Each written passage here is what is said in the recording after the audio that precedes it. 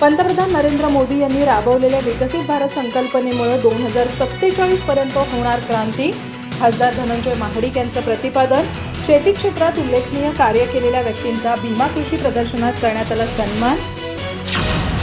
पंतप्रधान नरेंद्र मोदी यांनी राबवलेल्या विकसित भारत संकल्पनेमुळे देशातील शेतकरी प्रगतीपथावर आहे. त्यातून शेतीत वेगवेगळे प्रयोग करणं आणि आधुनिक पद्धतीनं शेती करण्याकडे शेतकऱ्यांचा ओढा वाढलाय. त्यातून 2047 सालापर्यंत कृषी क्षेत्रातील स्वावलंबी आणि आत्मनिर्भर भारताचं स्वप्न साकार होईल असे उद्गार खासदार धनंजय महाडिक यांनी काढले. भीमा कृषी प्रदर्शनात आयोजित आदर्श शेती भूषण आणि आदर्श जिजामाता पुरस्कार सह शेती क्षेत्रात उल्लेखनीय कार्य केलेल्या आणि पिकं घेतलेल्या शेतकऱ्यांचा पुरस्कार आणि बक्षीस वितरण कार्यक्रमात ते बोलत होते.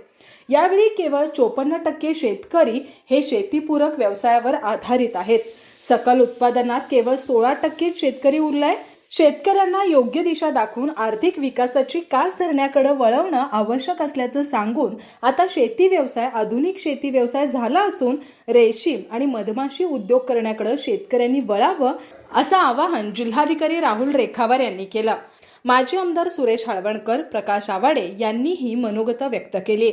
प्रास्ताविक विश्वराज महाडिक यांनी केलं.